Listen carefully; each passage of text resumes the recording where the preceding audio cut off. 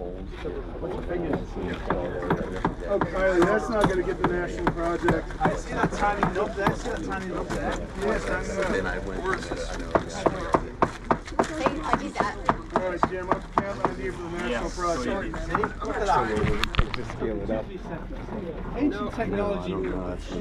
This is the way. You'd almost have to Ah, have we need something more else Chris to for you, this man. one. Manchester man. The man.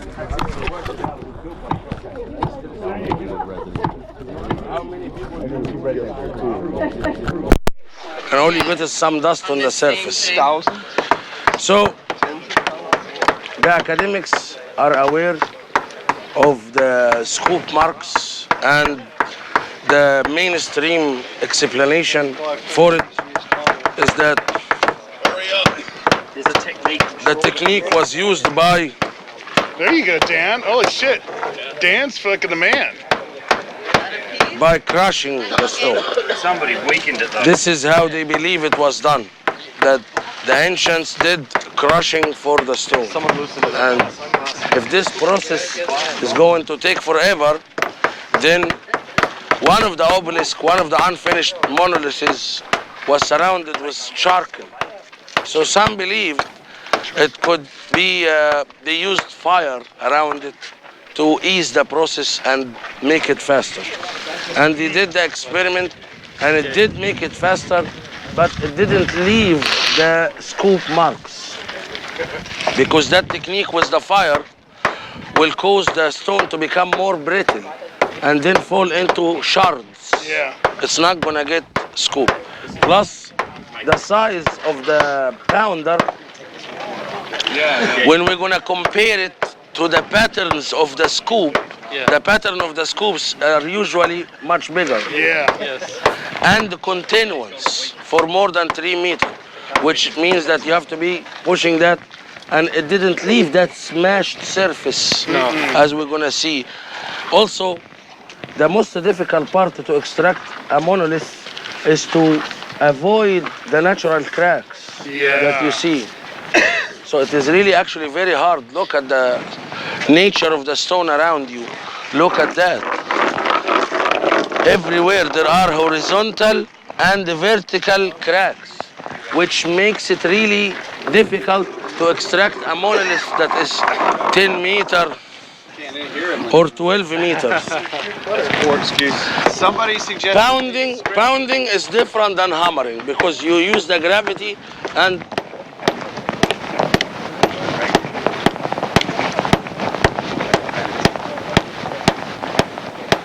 the problem is we find these pounders around the sites where they were using the site as a quarry. That's where we don't find any scoop marks, but we find the wedges and the hammering technique that causes the stone to split, which we will see that this method of extracting was also used here. So back to the difficulty or the challenge of the natural cracks. The ancients did like a survey for the geologic order of the bedrock itself. And they needed to know also when they find a crack like that, they needed to follow it onto deeper parts. So they created the test pits, which some of them we will see, some of them are right here. Let's take a look at it. Are these scoop marks here? Yes, all the lower scoop marks is for the extract of a monolith from below. Now, here we can see this area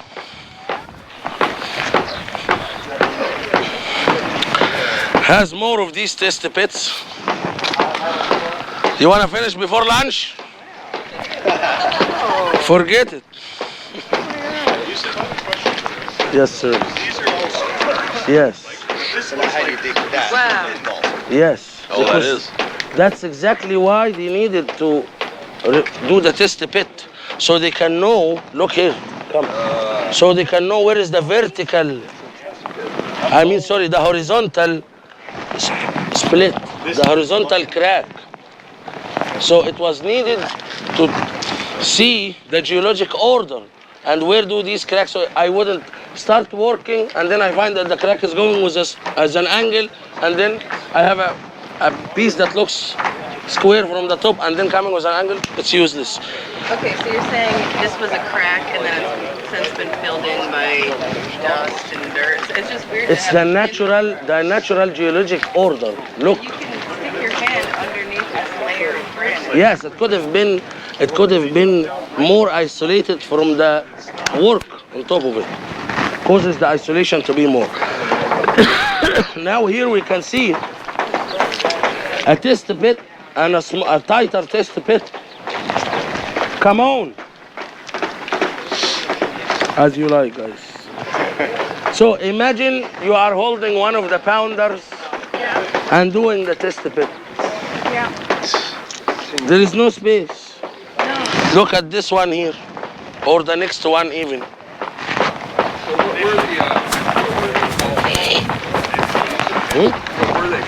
What? For the other technique of extracting. The dolorite pounders were not for this technique, for this method of extracting. Okay. They were for the other technique, which we see it used by or oftenly done by those who went to the sites to recycle the stone with the wedges technique and the hammering. Yeah. Now, look at, they want to finish before lunch. They're holding, you've got to drop the rock, otherwise you're going to jar your arms. This is a test pit. Look at this test pit here, for example, and imagine you're stuck in this hole with a dolorite pounder. Not fun.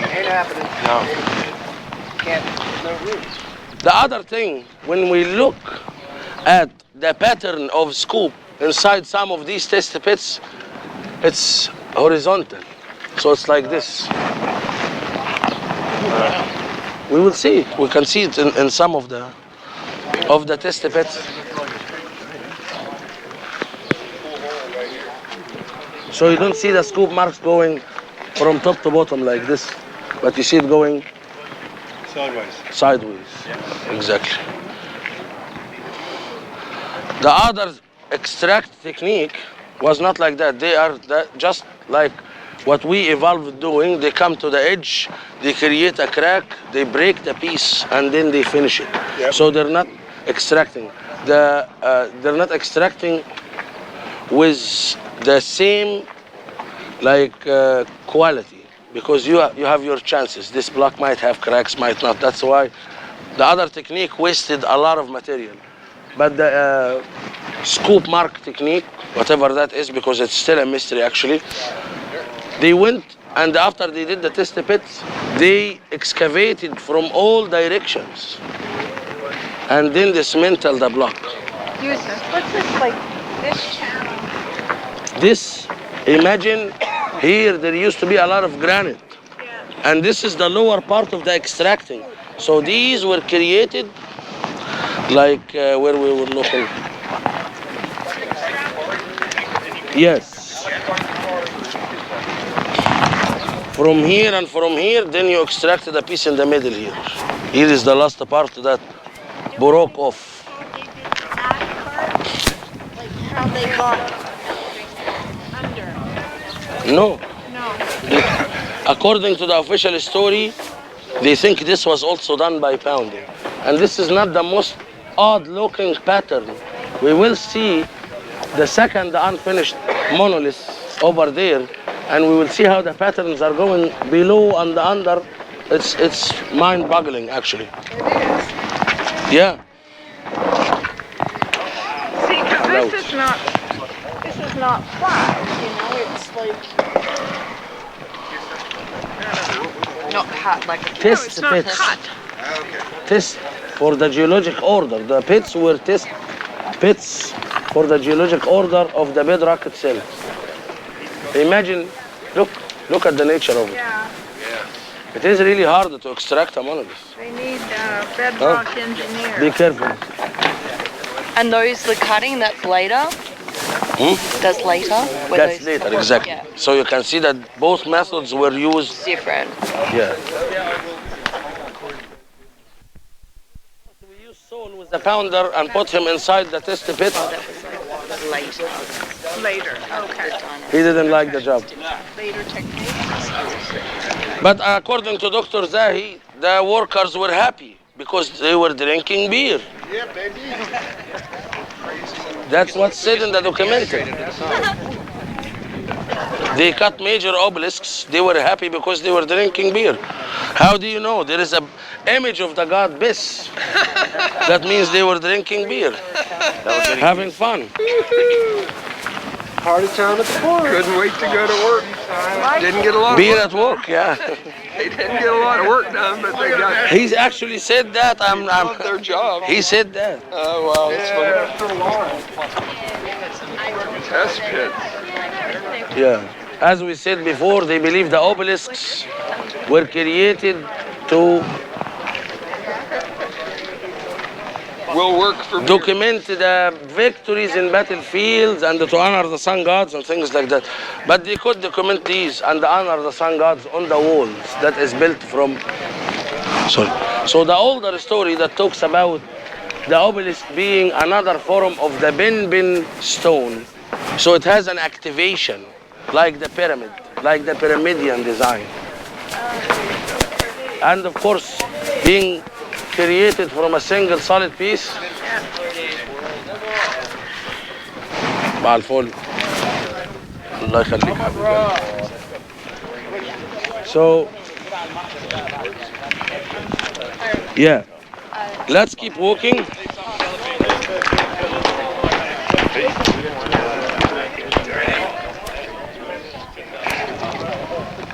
Wood. Yeah, man. Look at this.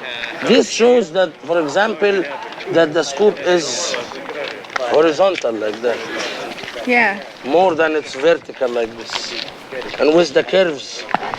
Anyway, we will look at the other one and see how the patterns is repeated. ازيك يا حبيبي؟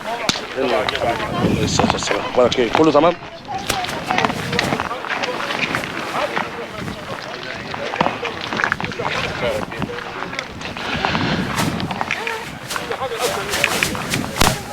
Now comes the last phase, polishing. Oh, where is my water?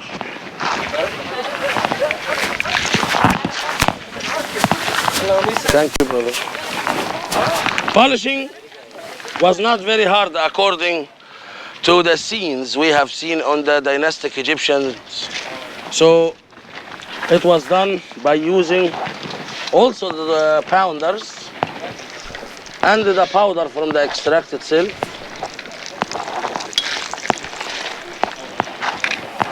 And then water. That's the part where you're gonna waste your water. But that won't get you SERPENT shine. No, you're just not working. It will be shiny as long as it has water. Not SERPENT.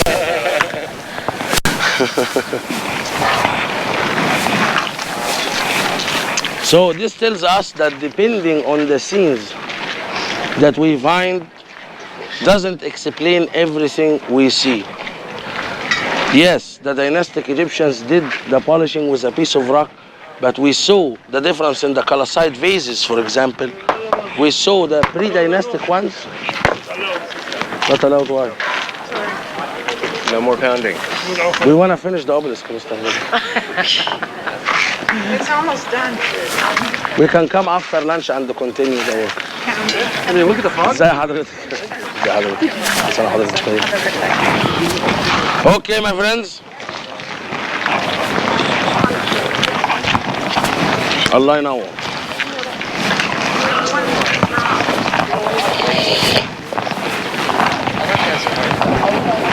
الله ينور. خد يا حاج.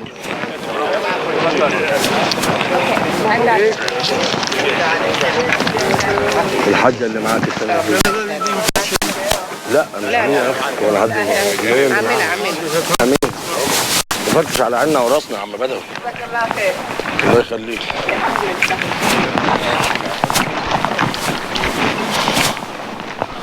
كيمت. That's my middle name.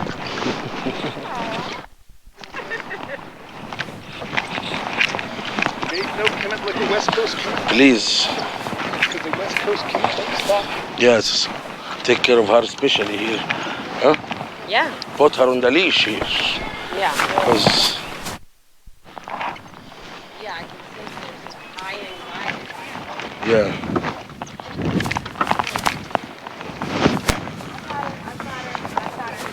ما تشدهاش من دراعها عشان دي كان دراعها مخلوع. امسكها من دراعها ابوها راح مزعجلي. ايه يا عم العجال لسه كان دراعها مخلوع.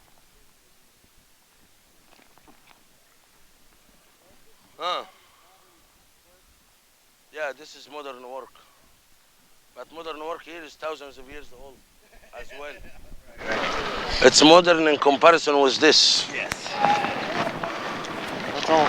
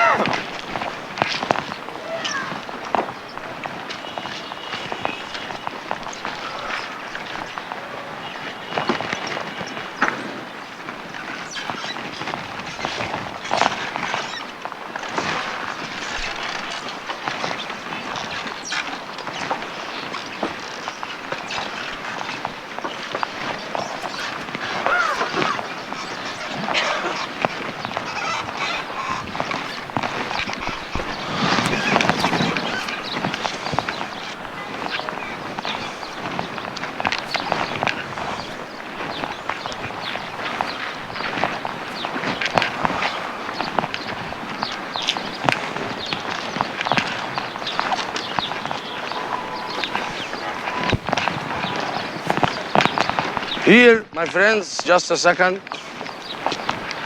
Just to do the comparison and see the other technique of extracting, which is something basic and simple, and we can understand as long as you hold her in your hand.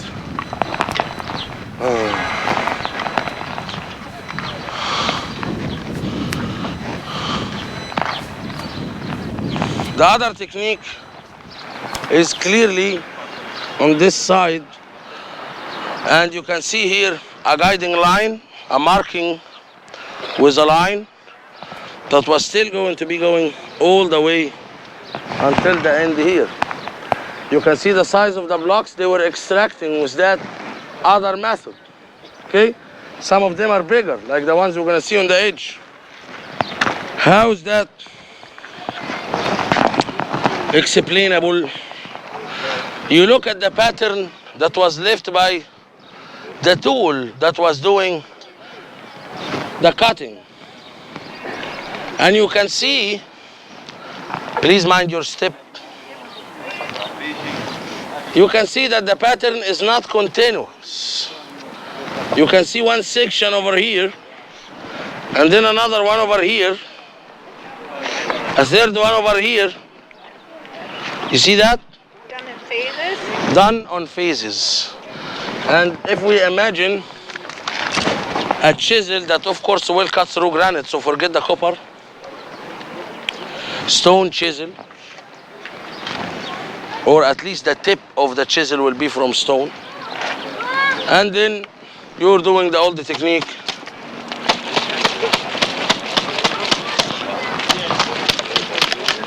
One after another, after another, after another, and then after you remove this little, like that is 5 centimeters or a bit more, then you do the next one.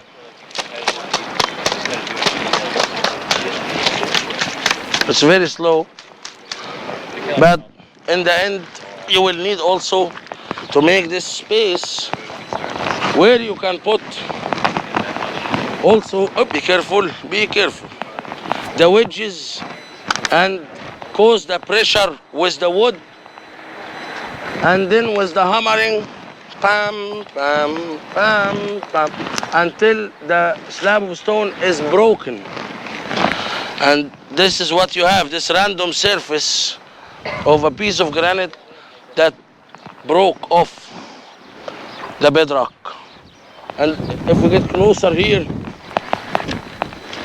we can see that this method was used a lot. And this good example down there shows a big monolith as well was extracted with that same technique. Not so close. Huh? What am I trying to do? I'm sorry, I get worried so much. This one below, where they stretched the beams of light here, this was where they extracted once. Please keep, Brad. Brad! Yeah, you see, so it's huge. Yes.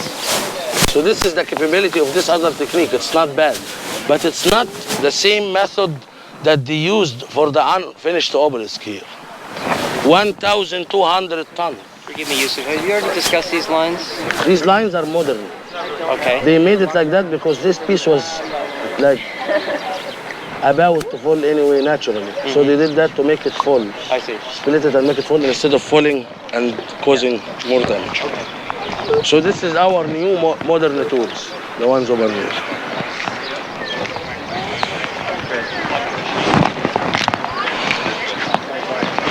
I gotta move. Sitting there for a long time doing that.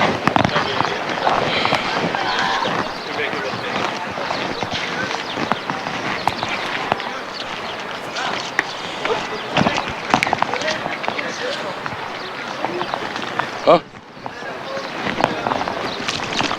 Alright, can. I was gonna try and organise to get on it.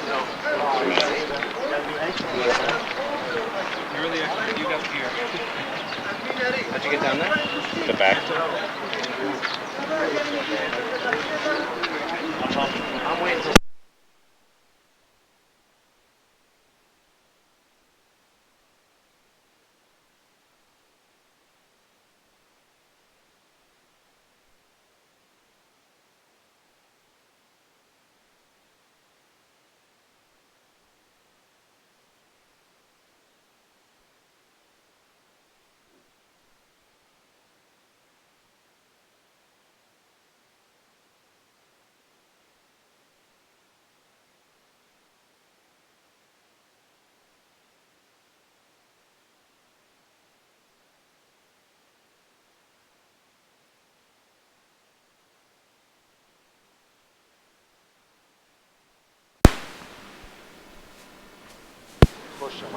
So yes, this is the great unfinished obelisk. It's the main attraction on this site. This was excavated by Engelbright, who was one of Petrie's assistants. I think in the early mid 1900s. This entire thing was completely. You got to imagine this quarry was just covered in chip rubble. The whole thing was almost buried. There's only a very small portion of this obelisk, a corner of it, was poking out of the ground, and in other parts of it, it was buried in up to 7 meters of quarry rubble. And in fact, some very large blocks were on top of it, and they had to split those blocks to get them out. But they eventually cleared it. There was a lot of guesswork around how big it actually was. Until they finally cleared it, and it turns out, I mean, if this thing was detached from, obviously it's not detached from the bedrock, it would be in the, I think it's 1,190 tons is the guesstimates. They call it 1,200 tons. And in fact, if you consider that obelisks generally have a square section, this trench that you're looking at would be another third again as deep to detach this. So they weren't finished cutting all the way down. And then the standard model kind of suggests that it developed a crack, and then they abandoned it, which I'm not sure that's what happened. I think it seems like another case of down tools. But even if this thing developed a crack, why abandon it? I mean, you could easily cut. You've done all this work to cut the top and the sides.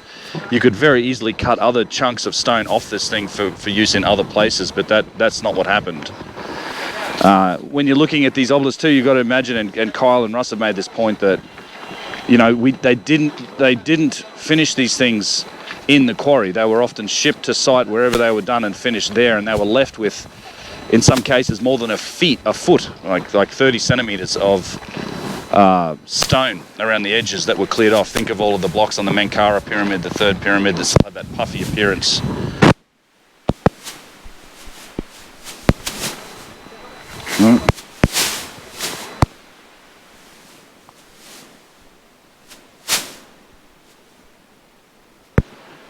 Hello, hello. Okay, it's working. Yeah. But yeah, this is the biggest piece, at least of granite, although there are bigger pieces that are like this still attached to the bedrock, located in other parts of Egypt. In the Minya quarry there is limestone blocks that are similarly cut out like this with a trench around them that are quite deep. And in fact, one of these giant blocks even has the outline someone painted or scratched, like the outline of a seated figure, a rough outline on it. And the calculations, they're estimates based on the density of limestone in that Minya region, has the biggest block there at around 5,000 tons. So a very, very, we don't know if that was the intended purpose or what it was. I mean, you can't say it is a block because it's still attached to the bedrock. And then, of course, the largest cut blocks that we know of exist in the quarry for the Temple of Baalbek in Lebanon. And there was the stone of the south, or the stone of the pregnant woman was always the most famous one, that was sitting and half buried on the surface, roughly 1,500 tons of limestone. It's completely cut and separate. It's actually stacked up. And in the last sort of 5 or 6 years, they actually started excavating. They cleared it off and they started excavating around it. So they thought, well, this is the biggest one. And they always said, well, it's too big, because they think the Romans did it. And they went, no, it's too big, we'll just leave it here. And it turns out when they excavated it, it's actually been stacked up on top of even bigger blocks beneath it that are also cut.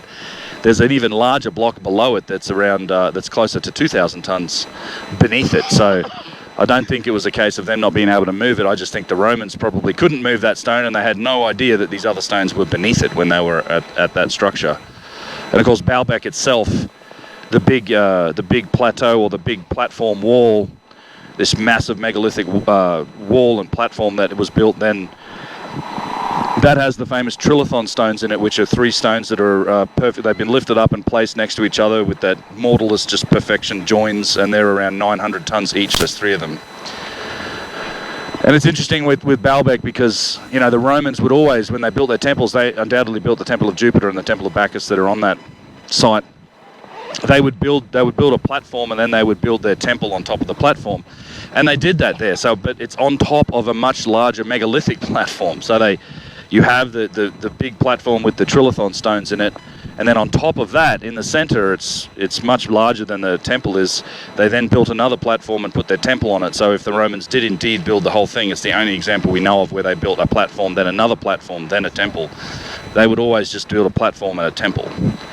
So I think, you know, we're looking at Baalbek something that's much older that the Romans found and used. But yeah, this is classic scoop. All around this thing, on top of it, you see it's been marked out, and then if you look closely on the walls and stuff, you'll see that there are continuous lines. They actually run down the side of the wall, along the floor of the trench, up the wall on the other side, and I think down towards the end there, you might even see that they run across the top of the block and then down. We'll certainly see that when we get to the other unfinished block, that it is legal to go in and get a closer look at. We can get in and around that and amongst it. But yeah, unfortunately they do not let people down in here or walk on top of it. Although in the past they literally had a staircase built up on here so you could just get up on it and walk on it, but it's not the case anymore.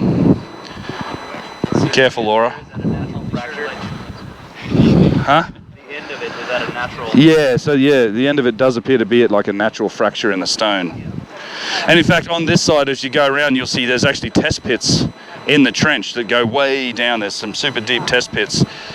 And you've got to imagine when you're looking at this, like this is when we talk about that core granite or solid granite, like this is core granite. You've got to imagine there's probably 10, 20 meters of granite above our head that was removed before they got to this.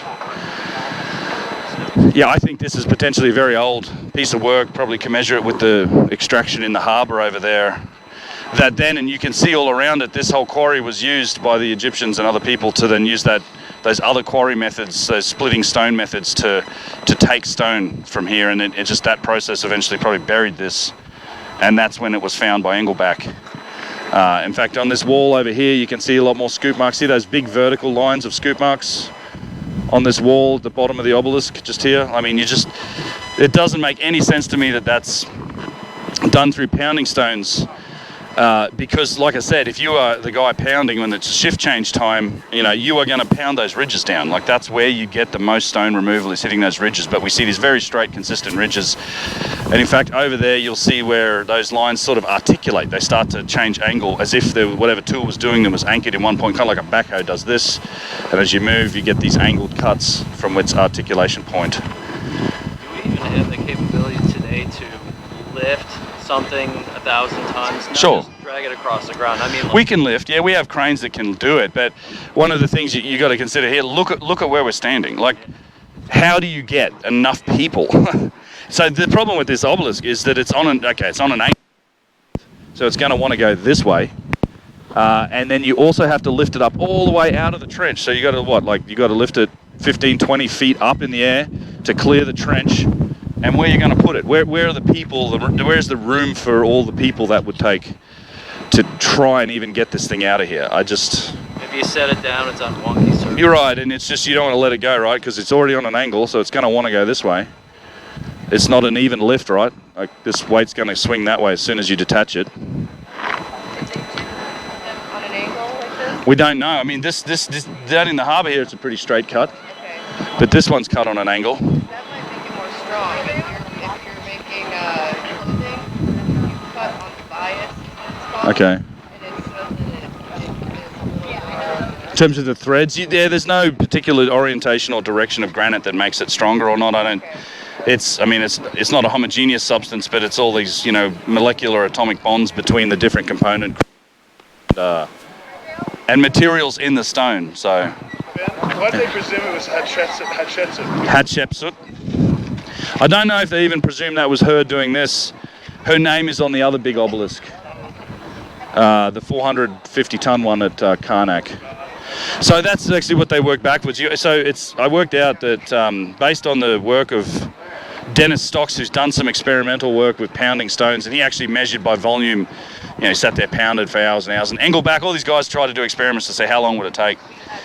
But Dennis Stocks is probably the most reliable, and he came up, I think it was something like 50 cubic centimeters or 70 or something like. It's basically like 2/3 of a golf ball of material in an hour. So that's about as much material as you get from pounding. So if you want to calculate how many hours would be involved in trying to do this with pounding stones, imagine this entire trench filled with golf balls, then all the space balls, and then add another third on top of that because the trench isn't as deep as it needs to be. And that's an idea of how many hours this could take with that's a lot of golf balls. Yeah. So Ben, are they all down to like a point, sharp point? Well, this is the raw piece of stone that they would leave it with padding on it. So it's the finished obelisk was probably not going to be this dimension. They would have carved away up to a foot of stone to get the finished product. This is probably shipped to this. They would have been shipped and transported like this to protect it. And we see tons of examples of where these blocks go into walls and other pieces that aren't finished. They're left with up to, in some cases, the Menkara blocks, there's like a foot of stone that they're removing to get to that finished surface where it is. So, yeah, this would have been shaped a whole lot more before it was stood up. Huh? That's the conventional theory, is that it developed a crack. And again, I'm not sure that's the case. There's definitely been attempts to quarry it, see quarry marks on it. But again, even if you break this in the center here, or this crack in the middle develops, why aren't you cutting slabs off the back of this? Like, you've done all that work. You could cut some really nice pieces off the bottom of this, no problem, because all you got to do is cut them across and detach them, and away you go. But you've done all this work. You wouldn't just leave it. So Ben, was these footmarks on top made after it broke because they were doing something? No, I don't think so. I think that was all part of the shaping process. Today, you look at the cranes and machinery needed to move something. It'd be ridiculous. Trying to get this out of here today would be a hell of a logistics challenge. You'd have to mount you'd have to do probably multiple cranes and mount them somewhere around here to lift that load and do it very slowly. But, there's no room for all those. that's the problem, right? And then take away the machinery and imagine manpower. I mean, there's thousands and thousands of people would be required to somehow get their hands on this and lift it. It's not happening. So They haven't even started cutting. no, like I said, it needs to be about a third again as deep. The trench is not deep enough. Obelisks have a square section, so this isn't square. They would have had to, they weren't finished cutting down with this. When work stopped, they needed to keep cutting down, like again, about a quarter to a third again as deep as the trenches.